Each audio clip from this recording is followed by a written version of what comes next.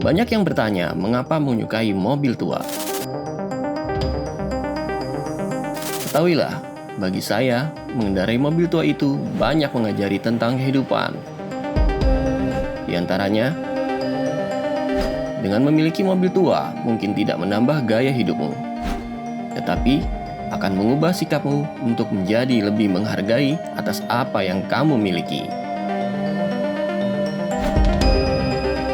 Mobil tua akan terus melaju meski banyak rintangan, dan akan memberikan yang terbaik saat dibutuhkan. Mobil tua bukan hanya sekedar mobil biasa, tetapi sebuah tempat yang menyimpan banyak kenangan, yang menjadi saksi dari ribuan kilometer perjalanan yang tak akan tergantikan oleh waktu.